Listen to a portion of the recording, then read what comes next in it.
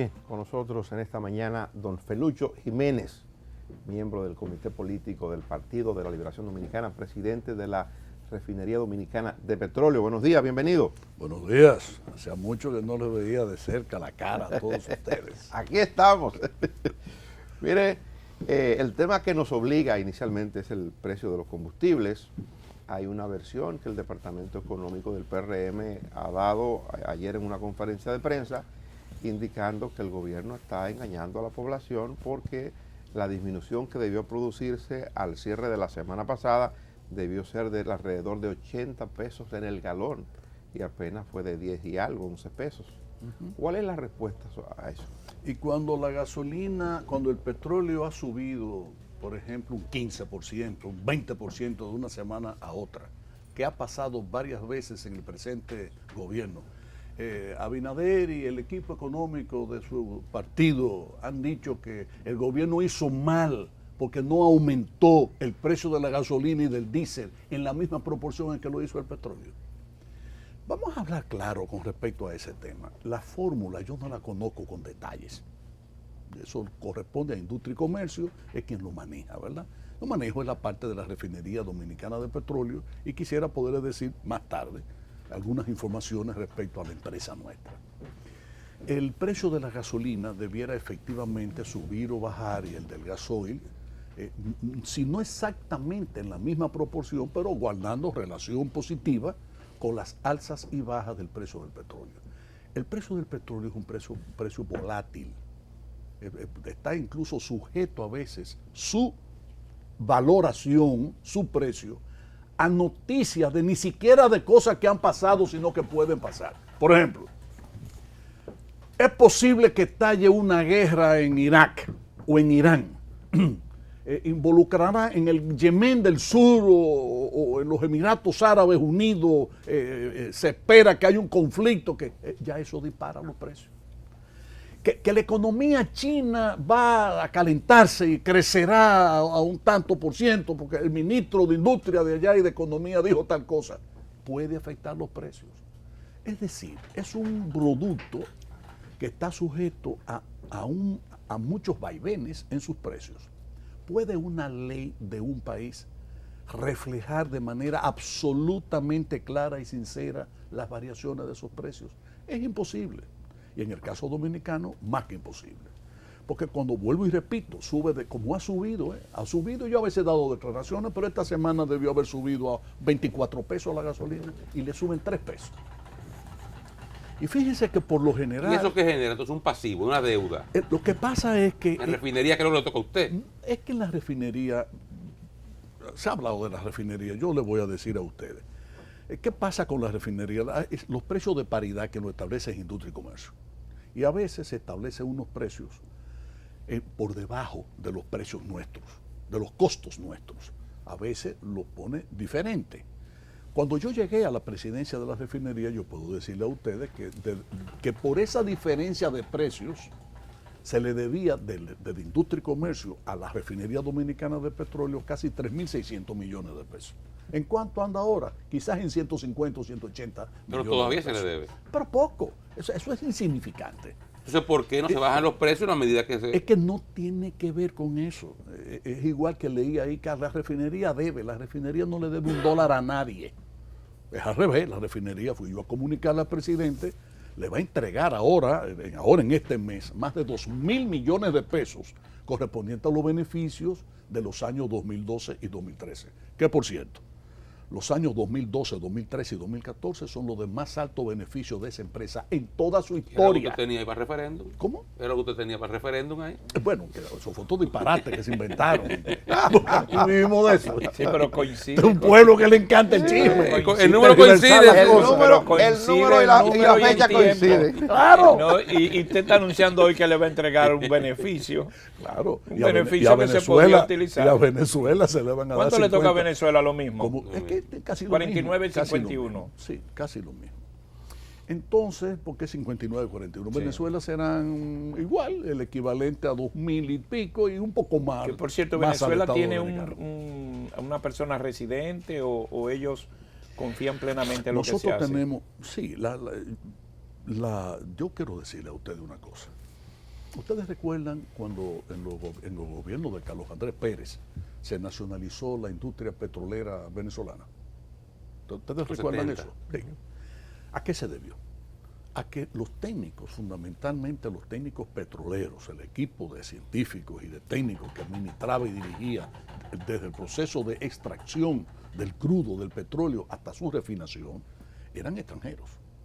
Venezuela fue gradualmente, desde la década de los finales de los años 40 y sobre todo a partir del gobierno ya de Rómulo Betancourt, que fue a finales de los años 50 del siglo pasado, entrenando, formando una cantidad extraordinaria de técnicos y de profesionales en el área del petróleo, en la industria petrolera. Llegó un momento en el que ya ni siquiera técnicamente se necesitaban ni ingleses, ni norteamericanos, ni holandeses, ni de ninguna otra nacionalidad, y Venezuela pudo nacionalizar su empresa, su industria de petróleo. Yo quiero decirle que la refinería dominicana de petróleo terminó ya hace unos meses su gran parada de planta. Transformamos la planta, es prácticamente nueva. Está preparada ya para pasarse otros 40 años produciéndole a la República Dominicana y al gobierno dominicano, trabajando lo mismo que ha estado trabajando durante estos pasados 44 años, con esta diferencia. Lo que más se podría aproximar a lo que se ha hecho y a lo que hicimos nosotros ahora fue posiblemente en el siglo pasado, dirigido por supuesto por la Shell, con técnicos extranjeros. En el caso actual, en la reparada actual, en esta recomposición, reestructuración completa, en esta total renovación de la planta de refinación, fue dirigida fundamentalmente por equipos integrados por ¿Cuánto se dominicanos. invirtió en eso, licenciado? 28 millones de dólares, tal cual dijimos. Hubo incluso un ahorro de casi un 5% de lo que se había estimado, a pesar de que hicimos trabajos Se hizo del propio y flujo de compramos caja, nuevos equipos del flujo de caja y ahorros internos de la operación. sin pedir un dólar prestado a nadie. Pero viene consigo ahora una mejor rentabilidad. Claro que sí. Y ya pasamos Que, de... y que y eventualmente capacidad. se Y ya recuperaría y ya pasamos de procesar los 26.000 barriles, 26.500, que era lo que 30 y estábamos. pico. Bueno, ya hemos procesado 32.500, pero no hemos completado los 35.000 originales Usted de la anunció una planta. meta de 34,000. Claro, es que ya está listo, ya la planta está lista. Ahora, Y la capacidad. perdóname, ahora por lo de Erika. Yo no sé si ustedes se dan cuenta, nosotros tenemos que parar la planta. Pues eso es un procedimiento. Y pedir a Dios. Eso hay que planificarlo. La parada y luego la puesta de nuevo en marcha, porque imagínense eso ustedes no que es pre- tuviese eso no eso y vientos estuviesen Eso azotando. no es bajar y subir y bajar un switch. O sea, eso es un proceso, Luisín. O sea, todo eso es un proceso porque la combustión de miles y miles de barriles de petróleo en proceso de transformación desde GLP, desde el gas licuado hasta el diésel y fuel oil y gasolina, pues todo eso es un proceso, ¿verdad? Lo que quiero decir es que ahora ya estamos aprovechando para pintar unos ductos en su parte superior que no se habían completado la pintura porque ya teníamos que entrar en el proceso de refinación. Ahora, Felucho, perdón, Oscar.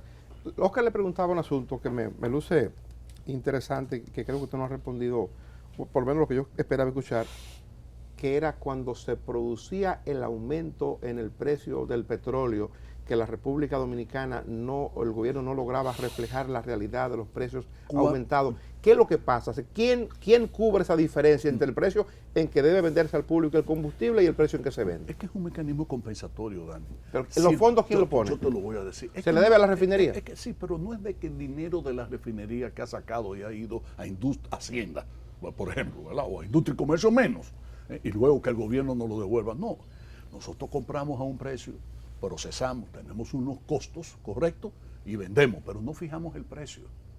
Cuando aquí una factoría de arroz procesa arroz, o una fábrica de ketchup y de pasta de tomate procesa el tomate, ellos fijan sus precios.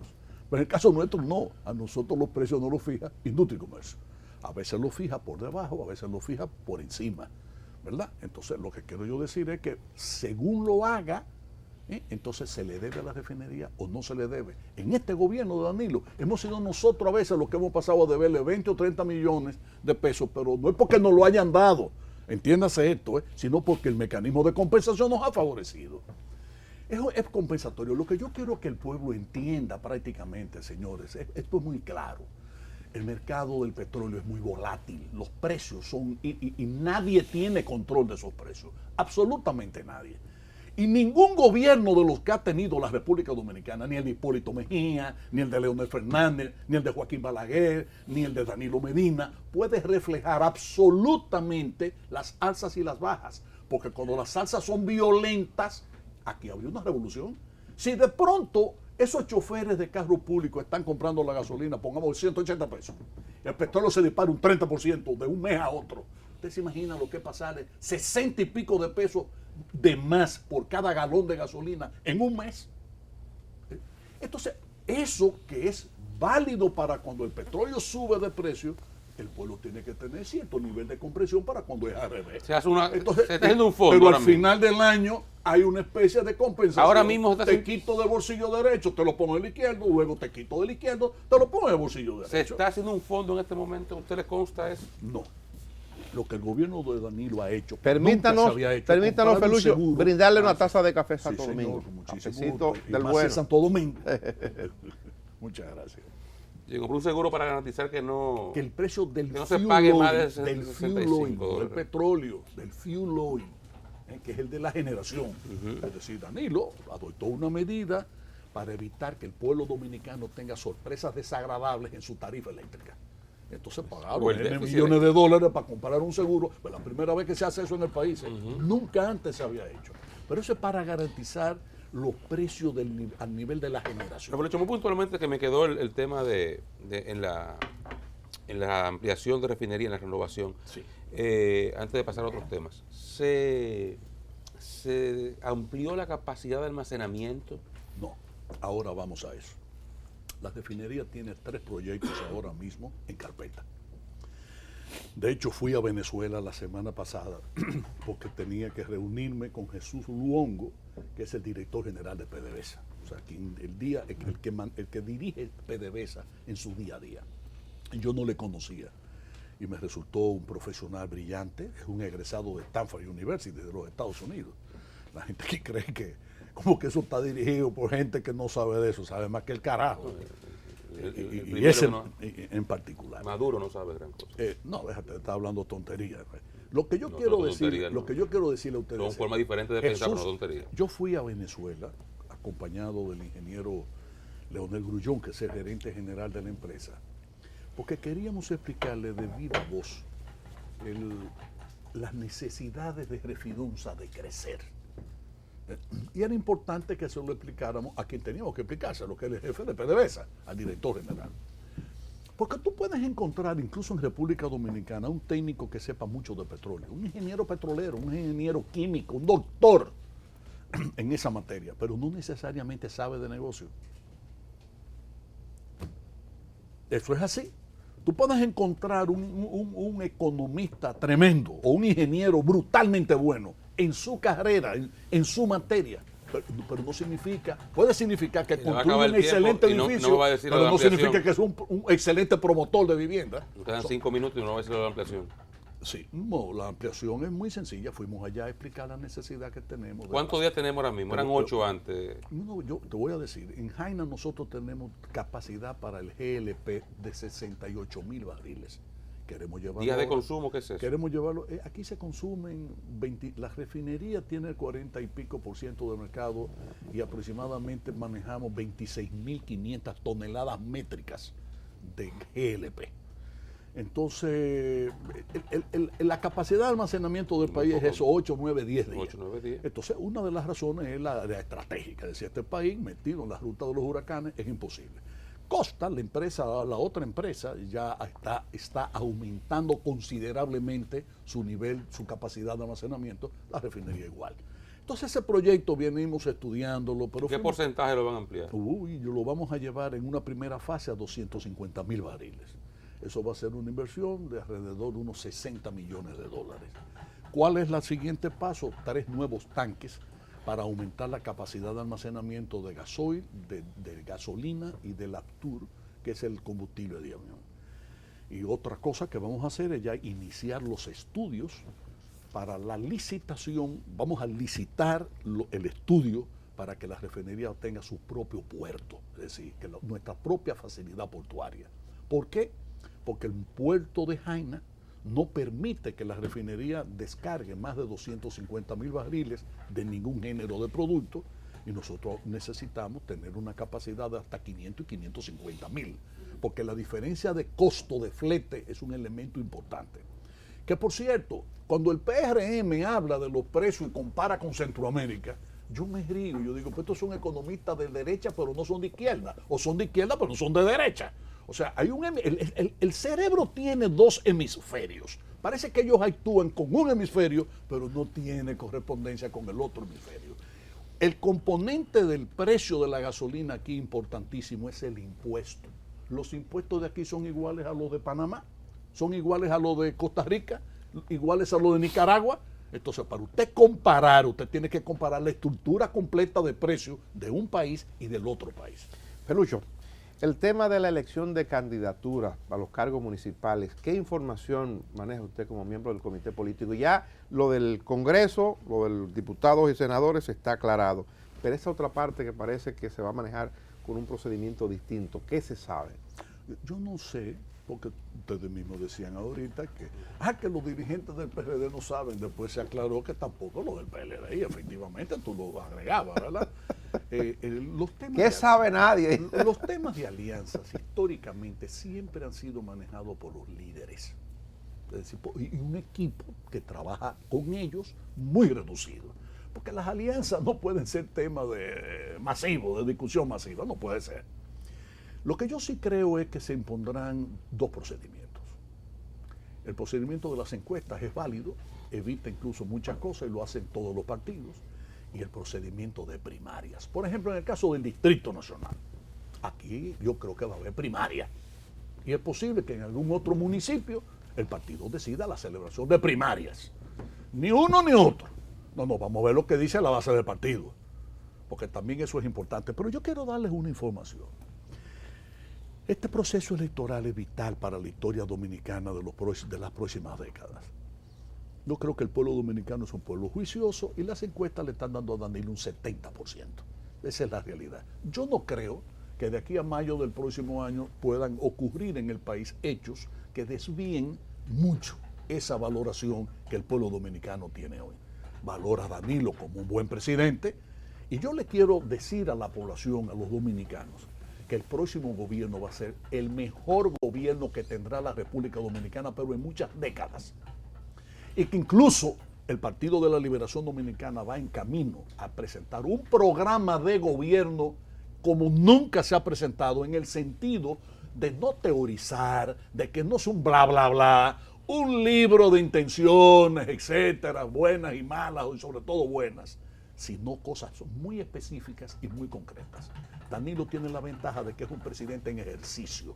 En consecuencia, sabe perfectamente que puede y debe planificar sus próximos 4 años. La gente piensa que el tema Haití puede complicarle al presidente Medina el proceso electoral. Yo quiero decirles algo con respecto a Haití, pero quiero terminar esta parte. Pero yo creo que el partido también tiene que elaborar un programa legislativo y un programa municipal. Yo creo que antes de escogerse los candidatos, el partido tiene que terminar de aclarar y con sus fuerzas políticas aliadas, que este país no puede seguir como va. Aquí tenemos diputados y senadores que pasan ya de 30 años algunos y que todavía quieren seguir repitiendo y seguir repitiendo. Y no han presentado un proyecto de Entonces, ley. así como se le puso un término al ejercicio del presidente de la República, que es la más alta categoría en términos de funcionario público del país, así creo yo que ya llegó la hora, pero una opinión personal, pero la voy a llevar al comité político y a los organismos de dirección del partido, de que debe establecérsele también un límite al tiempo de los legisladores y un límite al tiempo de los ejecutivos, que en mi modo de pensar debe ser igual que el presidente de la República, no más de 8 años. Y los miembros del Es un comité, alcalde, sea quien sea, que tenga ya 8 años, no merece ya gobernar más de 8 años. Y los miembros, Si el presidente, perdón Luis, si el presidente de la República no debe gobernar más de 8 años, el alcalde tampoco debe gobernar más de 8 años. y los miembros del comité político no deben tener un límite también. Yo también, y le voy a anunciar otra cosa. Ahora cuando hablé con Danilo, hablamos no solo de la refinería, y de sus proyectos de expansión. Y quizá otra cosa que es importantísima, que no puedo yo decirlo ahora porque tenemos socios con los cuales hay que decidir conjuntamente hacia dónde va la refinería. Pero quiero decirle esto. Si el compañero Danilo Medina se va en el año 20, no es solo que se va de la presidencia de la República. En gran medida será ausentarse de la vida política del país. ¿Y por qué? Pero es que yo no puedo hablar por él, ¿verdad que sí? Pero lo que hemos pensado, lo que se piensa es que en definitiva hay que darle chance a otro. Que se vaya del partido. No es que se vaya del partido, es que hay que darle chance a otro. Yo le voy a poner un ejemplo. Eso es para que Leonel no quiera volver. No, señor, eso no tiene que ver con que Leonel se despida también. No, señor, eso no tiene que ver con Leonel porque Leonel es dueño de sí mismo. Y yo no puedo, ni nadie puede pensar, ni Se nos decidir terminó por el otro. tiempo. Lo que yo quiero decirle es que, por ejemplo, en el caso particular mío, yo sigo en el comité político hasta el año 2020. Y yo creo que como yo, varios miembros del CP debemos Felucho, ya salir de ese organismo y que el partido le pueda irse estamos muy renovando. agradecidos por su tiempo. Y yo Gracias contento por de venir. compartir con A ustedes gracias por acompañarnos hasta este momento. Mañana de vuelta a partir de las 5 de la madrugada.